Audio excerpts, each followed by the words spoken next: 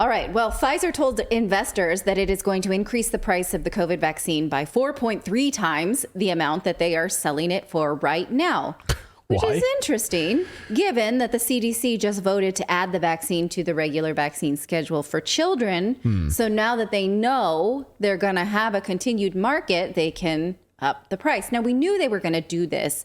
When Pfizer sold its original COVID vaccine to the U.S. government, at first they charged about $20 per dose to taxpayers. And then after that, they charged about $30 per dose for the rest. Well, now the U.S. is about to use up all of those doses, after which the vaccine will be sold commercially via healthcare centers. So at your local doctor's office or local hospital. And Pfizer can then charge your insurance and not instead give it to you free, subsidized by the U.S. government. I say free in air quotes because you paid for that vaccine in your taxes. So then now this happens. The cost of the vaccine will go from $30 per dose to somewhere between $110 to $130 per dose. Here is a clip from the investor call where they say this. U.S. list price between $110 and $130 per single dose vial for adults reflects the value of the vaccine and is well below the thresholds for what would be considered a highly cost-effective vaccine. Okay, so they're saying this is our big prep that we need to do to go from this, emergency use government vaccine into this, what they call the commercial market now. The People's Vaccine Alliance estimates that it only costs Pfizer about $1.20 to produce a COVID vaccine. So selling it at $120 per dose is indeed a 100% markup. Pfizer is selling this under the Comirnaty brand. Experts had expected that they would sell the vaccine for only about $50, not $100, $110, $120, $130. So why the hike? Here is what experts tell Reuters why they needed to do this. Reuters reported on Thursday that Wall Street was expecting such price hikes due to weak demand for COVID-19 vaccines, which meant vaccine makers would need to boost prices to meet revenue forecasts for next year and beyond. Analysts said the new pricing range could spur revenues at Pfizer for years, with one analyst telling Reuters it could add around $2.5 billion to $3 billion in annual revenue for the shots. So I have a question, though. So emergency use authorization. I always say it's very difficult to say. Can all of you in the chat say that 5 times fast? Emergency use authorization. That's what they're currently under, right? Yes. So that they don't have to go through the full clinical trials time. So now, where is that in this story? Well, we are going to get to that because, that's a very good question. Put it aside for a second. Well, let me just bring this up real quick here. If you want to take my laptop. So this is Pfizer's stock as of this afternoon. So, surprising that they're doing very well as a result of this new announcement about this long-term price increase. So good on Pfizer. So they are banking for this commercial market for the COVID vaccine to be about the same as the commercial market for the flu vaccine. So mostly adults. They don't expect to make much money on vaccines for children based on how few children have been taking the vaccine so far. Now, most people who want this vaccine won't really notice this price hike because it's your insurance that will pay for it. But Pfizer says that if you don't have insurance, you can still request this vaccine for free through financial assistance. And that's not really clear how they intend to do this. Again, this is a huge spike, but it's in the ballpark of other vaccines. The flu shot itself is between $50 and $95. And I went to the Department of Health and Human Services and found the price list for other vaccines that are currently available on the market. You see, this is just for children. I highlighted the ones that are over $100. So HPV, meningitis, varicella, yellow fever. If you go to the next one, we have the price list for adult vaccine. It's all in the ballpark, but it definitely is in the more expensive of those vaccines. Now, in the Pfizer call last week, Pfizer said this is our transition to a traditional commercial marketplace.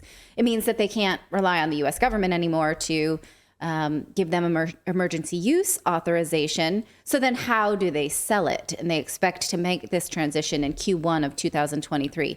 What's interesting about this is that Pfizer is getting ready to distribute this vaccine on its own doesn't have federal assistance for distribution or refrigeration or anything like that.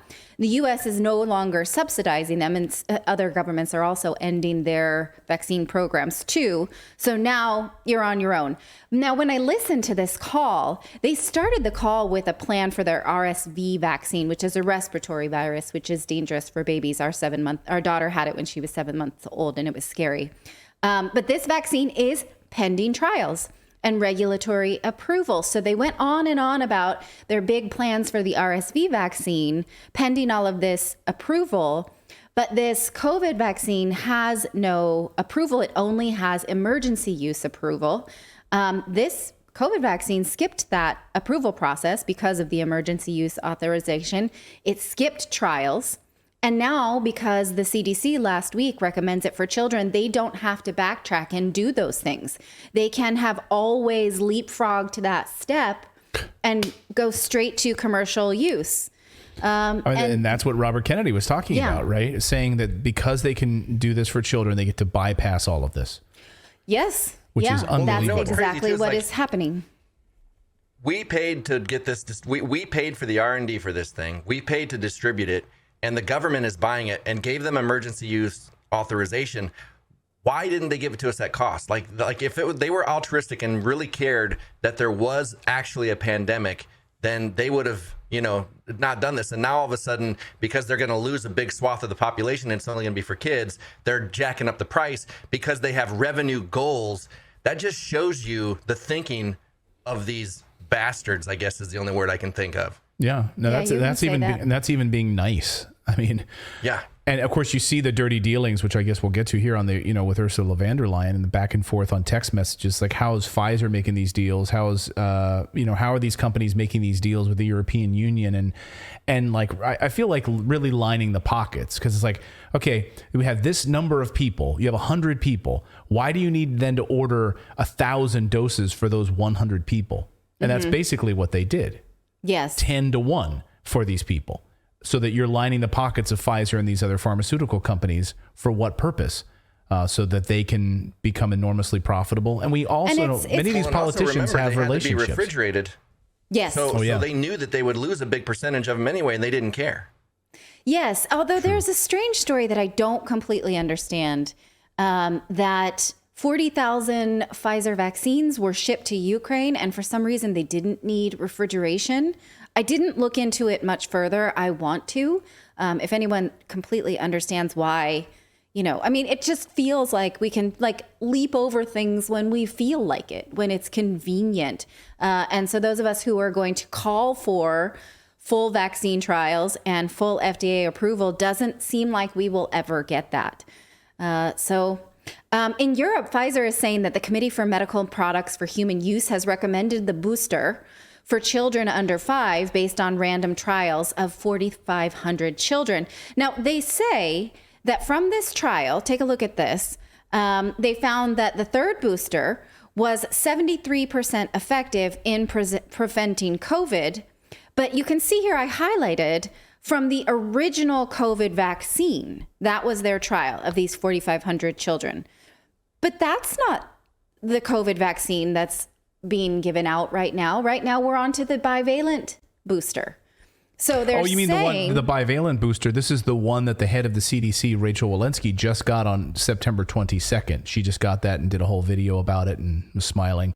And then she just got COVID this week. Yes. But we're not comparing apples to apples here, because based on this trial that this European Commission said, okay, we recommend this, but it's not based on the one that's currently on the market, the bivalent booster. It's based on data of giving the original recipe. But they're not going to use the original recipe when they actually do it. Presumably they wouldn't, right? They've updated it. And they're not going back to the original anymore. So they're acting like they have data. They don't. They have data of the old recipe.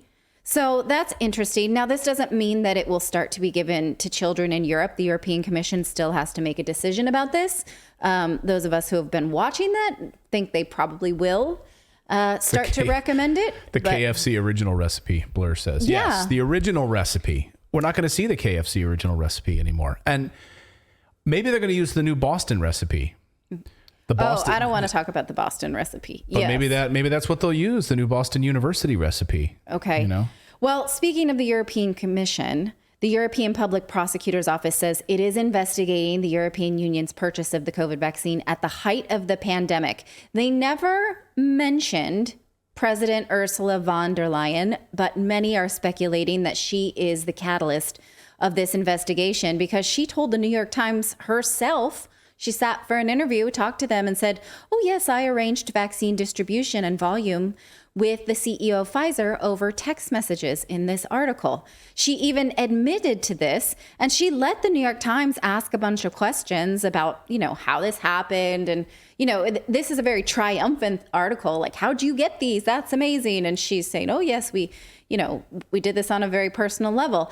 From this article, it's interesting. The New York Times even says accounts of how the deals came about related by Ms. von der Leyen, Mr. Bourla, who is the CEO of Pfizer, Mr. Merritt, and other 9 officials and experts involved reveal a striking alignment of political survival and corporate hustle.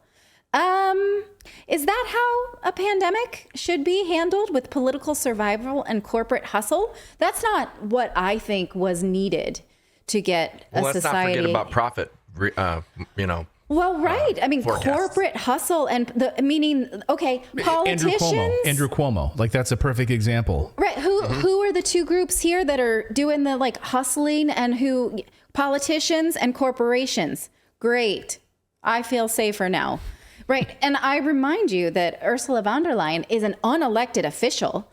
And she, stands accused, if she is in fact a subject of this investigation, of bypassing formal channels and negotiating a deal that she didn't really have the authority to authorize on her own.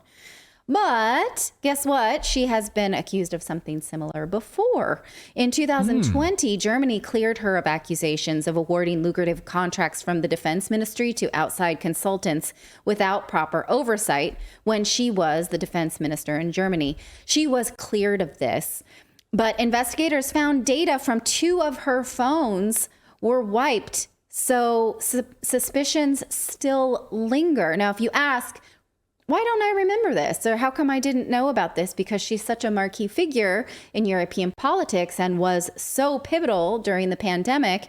And, many are saying she's an authoritarian and they don't necessarily love her top-down, way of ruling. They don't like that she's so Western aligned. She pretty much, anything Washington wants, she makes it happen. So, but the reason this investigation fell under the radar is because it happened in early 2020.